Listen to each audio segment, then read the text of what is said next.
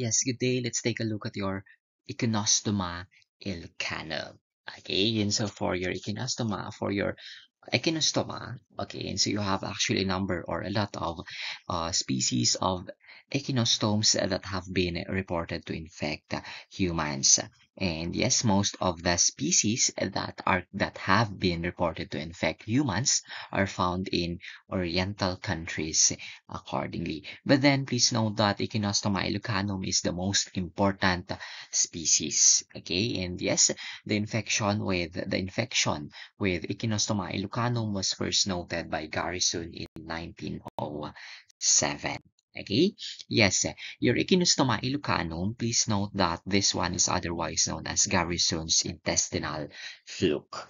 Okay, and so yes, it is named as such because Garrison again first discovered your Echinostoma ilcanum. Okay, he discovered Echinostoma ilcanum among bilibid prisoners accordingly. Okay, and so for the habitat, that is the small intestine, and for some species, okay, and so the adult Echinostoma ilcanum may be found in the bile ducts or in the large intestines. Okay, the first intermediate host are snail. Okay, you have of the genus Gyraulus, Limnaea, and Fasadi, or with the scientific names Gyraulus convexusculus and Hippiatus umbilicalis. And the second intermediate host of Echinostoma ilcanum is snails again. Okay, or are snails. Okay, and so you have this Pila luzonica, you have the kohol, and Vivipara angularis or susong pampang. Okay, and so in the Philippines, you have the kuhol or Pila luzonica as a scientific name, and then susong pampang or Vivipara angularis as the scientific name accordingly. Okay, and so yes, with that, the infective stage is metacercaria. The final host is man, reservoir host are rats, and mode of transmission is ingestion of the second intermediate host containing the metacercaria. In the Philippines, okay, and so in the Philippines, you have areas with high levels of endemic infection. Okay, and so it is distributed in Luzon. I mean, you have in Luzon, in Mindanao, and in Leyte. Okay, and so infection rates in these places ranges from 1 to 44%. Yes, developmental stages of your Echinostoma ilcanum. Okay, you have the eggs. The eggs are immature, ellipsoidal, yellow-brown, and operculated, or they are immature and operculated when laid, and they measure 86 to 116 micrometers by 58 to 69 micrometers. Okay, as for the adult Echinostoma ilcanum is elongated, reddish gray with horseshoe-shaped collar of spines surrounding the dorsal and lateral sides of the oral sucker. Okay. Again, the anterior end of the adult worm has a circumoral disc with a crown of spines surrounding the oral sucker. The cuticle has small spine-like scales, and the oral sucker is at the center, and the ventral sucker is at the posterior fifth of the worm. The testes of the adult Echinostoma ilcanum are lobate and are located posterior to the ovary. The ovary is globular and the uterus is looped, and the vitellaria has small follicles which fills the lateral border of the posterior two-thirds of the worm. Okay. Yes, this one is an illustration of the ova of Echinostoma ilcanum. It has an inconspicuous operculum, and the abopercular end accordingly is thickened. Okay, again, it has an inconspicuous or, yes, not a very prominent operculum. The large eggs of your Echinostoma ilcanum are similar to those of Fasciola and Fasciolopsis, but then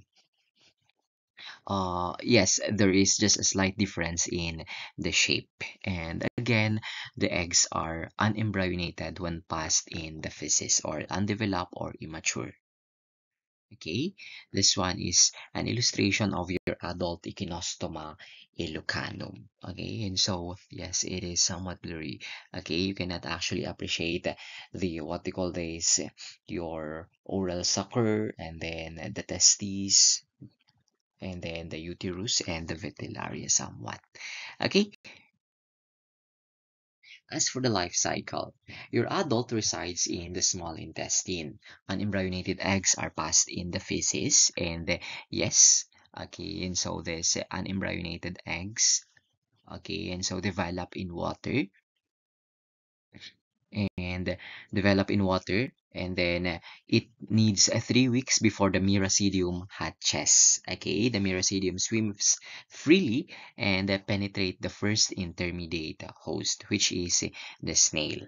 Okay, you have as such. Okay, and so you have larval stages that takes place. You have from miracidium to sporocyst, then develops to rhizia, then to cercaria. Please note that there are two or more generations of rhizia are produced before the cercaria develop. Okay, again, there are two or more generations of rhizia are produced before the cercaria develop. Okay. Uh, Please note that it takes 42 days to produce daughter Rhizia and Cercaria.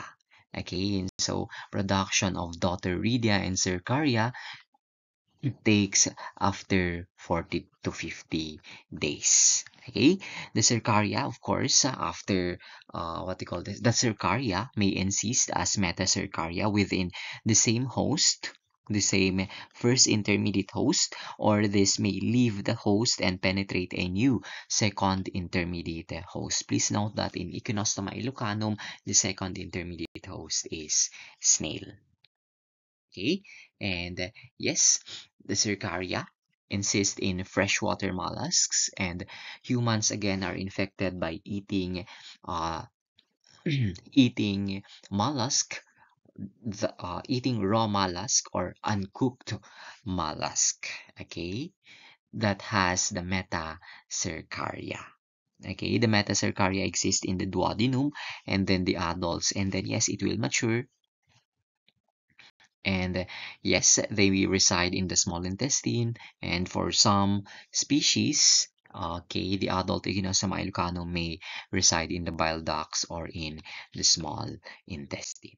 Okay, and so yes, this is an illustration of your Echinostoma elucanum life cycle. Okay, and so the adults reside in the small intestine. They pass an embryonated feces, which embryoinate in water, of course. Okay, and yes, miracidium hatches and then penetrates your snail host. Okay, and then inside the snail host, it will develop into sporocyst, Rhizia, and then to cercaria.